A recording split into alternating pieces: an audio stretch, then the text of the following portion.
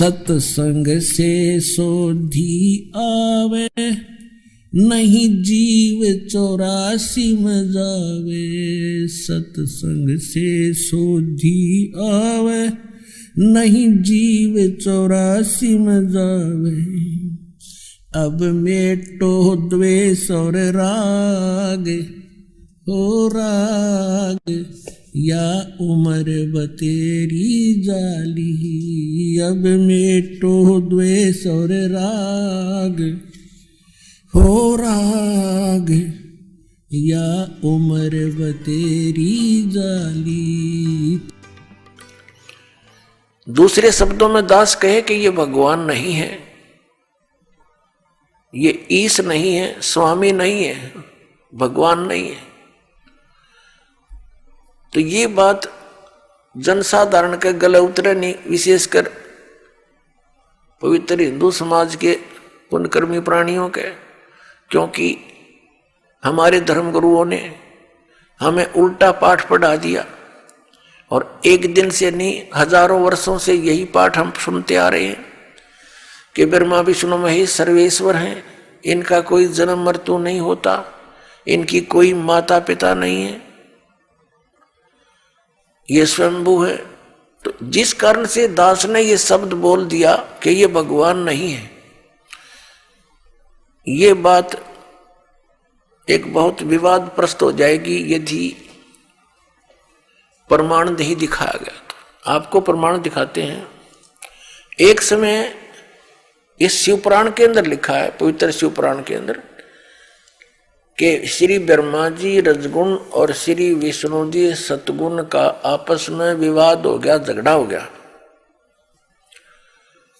ब्रह्मा जी कहते हैं कि मैं सबका उत्पत्ति करता हूं, विष्णु तू मेरा पुत्र है।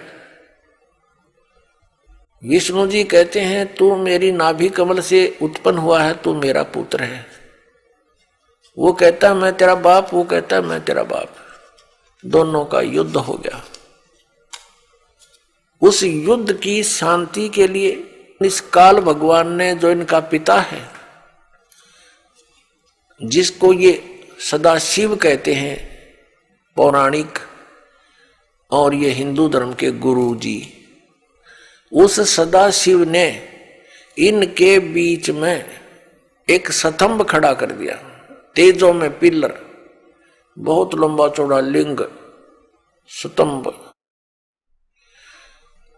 तो ये लड़ना तो भूल गए, उसके और छोर को खोजने में लग गए। जब दोनों असफल रहे तो फिर वो सदाशिव, जो इनका पिता है ब्रह्मा जी विष्णु जी शिव जी का, वो शिव रूप धारण करके वहां खड़ा हो गया। फिर उनको ज्ञान बताने लगा, कहने लगा कि तुम अपने आप को भगवान मान बैठे, तुम भगवान नहीं हो, यू आर नॉट गॉड। अपना आत्मा दास कहे तो विदग जा, इनके इतिहास बताते हैं तो आपको स्वीकार्य होगा। ये देखिए, यह है श्री शिव महापुराण हिंदी टीका सहित भाग 1। श्री शिव महापुराण विद्या अवरिधि पंडित ज्वाला प्रसाद जी मिश्र कृत हिंदी टीका सहित, खेमराज श्री कृष्णदास प्रकाशन मुंबई, इतने यहां से प्रकाशित है। हम इसके ये देखिएगा, इसके पृष्ठ नंबर 11 से हम शुरू करेंगे। ये है विद्वेश्वर संहिता भाग 1 छठा अध्याय। नंदी केश्वर बोले, हे योगीधर, आगे एक समय विष्णु भगवान शेष सैया पर अपने गुरुड़ आदि पार्षदों से संयुक्त लक्ष्मी सहित शयन करते थे। उस समय ब्रह्म ज्ञानियों में श्रेष्ठ ब्रह्मा जी, अब यहाँ के इसे ब्रह्म ज्ञानी है, देखियो, अपनी इच्छा से ही वहां आए। सब प्रकार सुंदर सेज पर शयन करते हुए कमल लोचन विष्णु जी से पूछने लगे, तुम कौन हो जो मुझे देखकर अभिमानी। पुरुष के समान शयन करते हो हे वत्स, हे बेटा। ब्रह्मा जी कह रहे हैं विष्णु जी को, हे वत्स, हे बेटा उठो, देखो मैं तुम्हारा स्वामी आया हूं, तेरा मालिक आया हूं। आए हुए गुरु को देखकर जो अभिमान करता है उस द्रोही मूड का प्रायश्चित होना उचित है। यह सुनकर विष्णु जी के अंतर में तो क्रोध हुआ, अंदर तो बड़ा गुस्सा आया, पर ऊपर तो शांत बने रहे, परंतु बाहर से शांत रहे और बोले हे वत्स, हे बेटा तुम्हारा मंगल हो, बैठो इस आसन पर विराजमान हो। अब विष्णु जी कहे उसने ब्रह्मा जी को कहा जा बेटा बैठ जा। इस समय तुम्हारा नेत्र कुटिल और मुख वक्र यानी टेढ़ा क्यों हो रहा, गुस्से में हो रहा था ब्रह्मा जी। ब्रह्मा जी बोले हे वत्स, हे बेटा विष्णु, तुमको समय के प्रभाव से अभिमान है। हे पुत्र, मैं तुम्हारा रक्षक और जगत का पिता मैं हूं। विष्णु जी बोले यह तो सब जगत मुझ में सचित है, तुम चोर के समान किस प्रकार अपना कहते हो। तुम मेरी नाभि कमल से उत्पन्न हुए हो, इससे मेरे पुत्र हो, मुझे पुत्र कहना सर्वथा व्यर्थ है। नंदीकेश्वर बोले इस प्रकार ब्रह्मा विष्णु दोनों ही रजोगुण से मुग्ध होकर विवाद करने लगे। मैं श्रेष्ठ हूं, मैं स्वामी हूं, ऐसा कहकर एक दूसरे को मारने की इच्छा से युद्ध करने में उत्सुक हुए। अब देखो संपूर्ण देवता विमान में बैठकर वो तो लठ बजाने तैयार हो रहे हैं, और हमारे देवता फिर क्या क्रिया करते हैं। तब संपूर्ण देवता विमानों में बैठकर उस महाअद्भुत युद्ध को देखने चले आए और आकाश में उनके ऊपर फूल बरसाने लगे। वारे देवताओं, बताइए देवताओं के काम है, दो भाई लड़ भी रहे हैं किसी कारण से, भले पुरुषों का काम है उनका बीच बचाड़ा करके छुटवावे, उनसे युद्ध बंद करवावे, और ये देवता फूल बरसावे। कहाँ मरो कटके, देखो कौन सा तगड़ा है। तो ये सारा एक काम बिगड़ा पड़ा पुण्यात्माओं इस तत्व ज्ञान के अभाव से। अब हम उस प्रसंग पर आते हैं कि जिसके अंदर ये कहा गया है इसी पवित्र पुराण में कि ब्रह्मा और विष्णु तुम भगवान नहीं हो, यू आर नॉट गॉड। देखिए अब हम आगे हैं 17 पृष्ठ पे, और विद्वेश्वर संहिता भाग 1 अध्याय 9, ये वही प्रसंग यहां तक चल रहा। नंदीकेश्वर बोले इस प्रकार भगवान ने उन नम्र हुए। अब क्या हुआ कि उन दोनों के बीच में, अभी आपको बताया था, उन दोनों ब्रह्मा और विष्णु जो लड़ रहे थे उनके बीच में एक पिलर खड़ा कर दिया तेजों में, लिंग बहुत लंबा चौड़ा जिसका कोई और छोर उन दोनों को नहीं मिला। और फिर ये स्वयं प्रकट हो गया। कौन? इनका पिता, ये सदाशिव बोलते हैं इसको, ये काल ब्रह्म जिसने गीता का ज्ञान दिया। अब यहां देखिए, हम जो आपको दिखाया था फिर देखिए, ये पृष्ठ 17 पे विद्वेश्वर संहिता भाग 1 अध्याय 9 पर नंदीकेश्वर बोले इस प्रकार भगवान ने उन नम्र हुए ब्रह्मा और विष्णु पर अनुग्रह करके उनके युद्ध में परस्पर उनकी सेना मारी गई थी उस सब को, यहां देखें, उन दोनों की अज्ञानता और वैर को दूर करने के अर्थ उनसे क्या कहा। भगवान काल भगवान ने, सदाशिव ने क्या कहा कि मेरे सकल और निष्कल यानी साकार और निराकार में भेद से 2 रूप हैं, परंतु और ईश्वर नहीं है, मेरे अतिरिक्त कोई प्रभु नहीं है। इस कारण उनके 2 रूप नहीं हो सकते। पहला सतम रूप और दूसरा पीछे मूर्तिमान रूप धारण किया। इसमें ब्रह्म रूप निष्कल है, ये निष्कल है, निष्फल नहीं। और ईश्वर रूप सगुण है। मेरे ये दोनों रूप सिद्ध हैं, दूसरे किसी के नहीं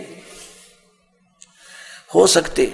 इस कारण तुम दोनों को अथवा दूसरों को ईश्वर तव की प्राप्ति नहीं हो सकती। तुमने जो अज्ञान से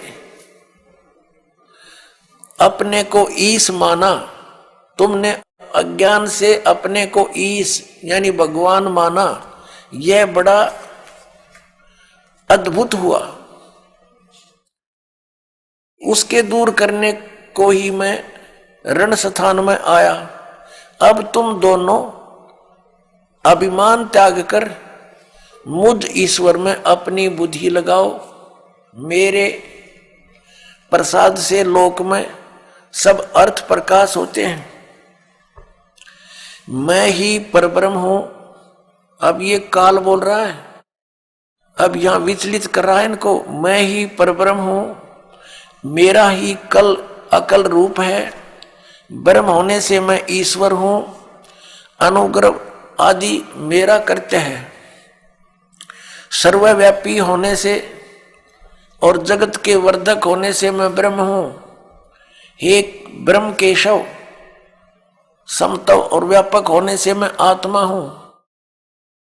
मैं इस सब का ईश हूं। यह मेरा है, मेरे सिवाय किसी दूसरे का नहीं है। प्रथम तो ब्रह्म तो ज्ञान के निमित्त निष्कल ब्रह्म का प्रादुर्भाव हुआ। 18वें पृष्ठ पर चलते हैं। इससे मैं अज्ञात रूप हूं, पीछे तुम्हें प्रगट दर्शन देने के निमित्त साक्षात ईश्वर तत्क्षण ही मैं सगुण रूप हुआ हूं। अब यहां ये क्या कह रहा है? श्री सदाशिव ब्रह्मा विष्णु महेश का पिता, ब्रह्मा विष्णु महेश का पिता ये सदाशिव यहां क्या कह रहा है? ये कह रहा है कि पहले तो ब्रह्म रूप हुआ वो स्तंभ, वो तो समझो मेरा निष्कल रूप है, निर्गुण रूप है मेरा। ये स्तंभ आया पिलर, और ईब में निर्गुण से सगुण हो गया, तुम्हारे सामने आया। अब देखो हम अपने उस प्रसंग पर आते हैं। हमने ये देखना है कि ब्रह्मा और विष्णु और ये शिव ये भगवान नहीं है, ये प्रभु नहीं है। ये प्रसंग था। यदि ये दास वैसे सिंपल कहकर छोड़ देता तो बहुत विरोध मान लेते भक्तजन, क्योंकि उन्होंने कोरा अज्ञान सुना हुआ है, ज्ञान नहीं सुना, सदग्रंथों का उनको ज्ञान नहीं। इसलिए सदग्रंथों को रूप करना अनिवार्य हो गया है। अब आगे ये क्या कहता है देखिएगा।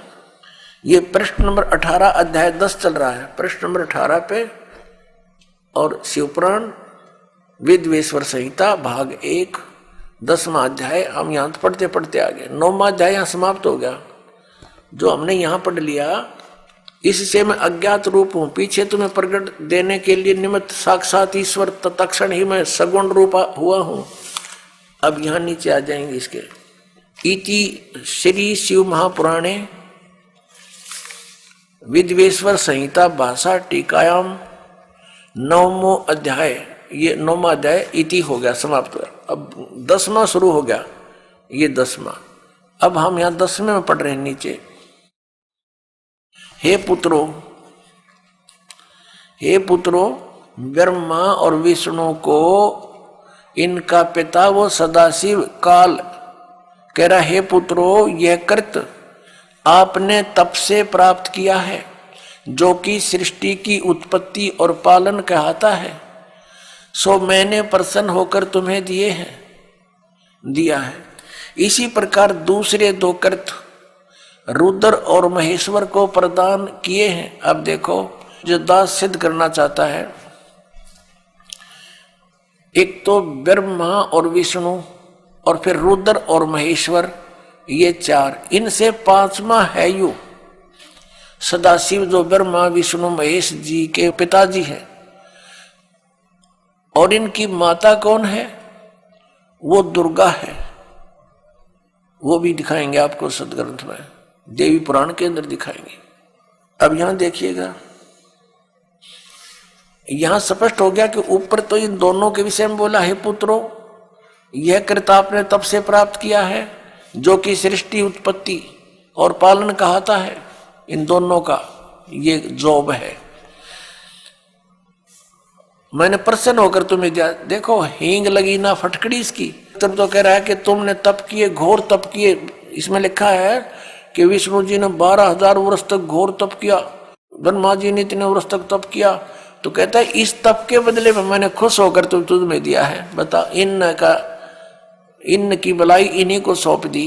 अपनी तरफ से क्या दिया इसने? पहले इनसे डले डुआई हठ योग करो, सिद्धि युक्त हो गए। अब फिर रिमोट अपने हाथ में लेकर इनको कहा तुम सृष्टि करो।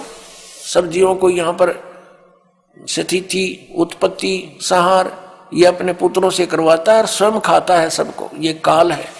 गीता जी अध्याय नंबर 11 के श्लोक नंबर 32 में कहता है मैं काल हूं अर्जुन, और अब प्रकट हुआ हूं, अब आया हूं मैं, अब प्रवृद्ध हुआ हूं। और श्री अर्जुन जी पूछ रहे हैं कि हे महानुभाव आप कौन हो, मैं आपसे परिचित नहीं हूं।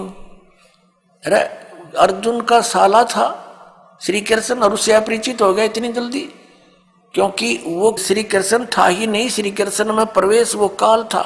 और जब बाहर निकल कर देखा तो उसका इतना रूप हो बाहर निकल गया उससे, जब विराट रूप दिखाया श्री कृष्ण तो ओझल हो गया, दिखाई भी नहीं दे रहा था उनकी रोशनी के अंदर। और अर्जुन कह रहा, पूछ रहा आप कौन हो, मैं आपको पहचान नहीं पा रहा हूं। तो काल था। वो कहता है मैं काल हूं और सबका नाश करने के लिए अब प्रवृत्त हुआ हूं। तो ये इनका पिता है। और वो क्या कह रहा है कि ब्रह्मा और विष्णु तुम्हें दो जो कृत जॉब दिए हैं, तुम्हारे को दो विभाग दे दिए। एक तो उत्पत्ति विभाग, रजोगुण विभाग से उत्पत्ति होती है, ब्रह्मा जी को रजोगुण युक्त कर दिया और विष्णु जी को सतोगुण युक्त कर दिया, और तीसरे अपने पुत्र को तमोगुण युक्त कर दिया, अपना स्वरूप बना लिया। कहते सदाशिव कहता है जब ये खड़ा है कि मैं इन्हीं के रूप, ये मेरे ही स्वरूप में है। और ये कैसे छल करता है, जब किसी को विष्णु रूप में दर्शन देता है तो उसमें अपना विष्णु रूप धारण कर लेता है और उसी विष्णु रूप में संबोधन करता है। तो उस कारण से विष्णु पुराण बन गई। और जिसमें इस शिव रूप में धारण करके किसी को ज्ञान दिया है तो उसके आधार से शिव पुराण की रचना होगी। ये है वो काल जो कहता मैं कभी अपने ओरिजिनल रूप में किसी के समक्ष नहीं होता, मेरे कर्म और जन्म अलौकिक हैं। गीता जी के अध्याय नंबर 4 के 5 और 9 में इसने स्पष्ट किया है। और साथ में कहा है कि जब धर्म की ग्लानि होती है मैं अपने अंश, अपने आत्मा, अपने अंश अवतारों का सृजन करता हूं, उनको यहां प्रकट करता हूं, भेजता हूं, उत्पन्न करता हूं। जैसे श्री राम, श्री कृष्ण आदि। अब देखिएगा नीचे, अब ये दास दो सिद्ध करना चाहता है कि दो तो ये ब्रह्मा और विष्णु हो गए, इस प्रकार दूसरे दो कृत रुद्र और महेश्वर को प्रदान किए हैं। अच्छा 4 हो गए ना, एक रुद्र एक महेश्वर, और 5वां यू बोलने लग रहा। अब आगे हम चलते हैं, ये प्रमाणित करते हैं। ये देखिएगा यहां पर, ये प्रश्न नंबर 19 है।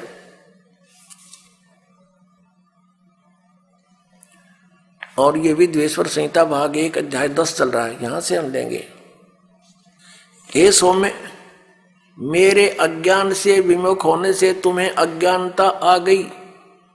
विष्णु और ब्रह्मा जी को कह रहे हैं मेरा ज्ञान होने से ऐसा नहीं होता, ज्ञान और रूप महेश के तुल्य हो जाते हैं। इस कारण इस ज्ञान की सिद्धि के निमित्त ओंकार नामक मंत्र जप करो। अभिमान दूर करने वाला, यह अभिमान दूर करने वाला है।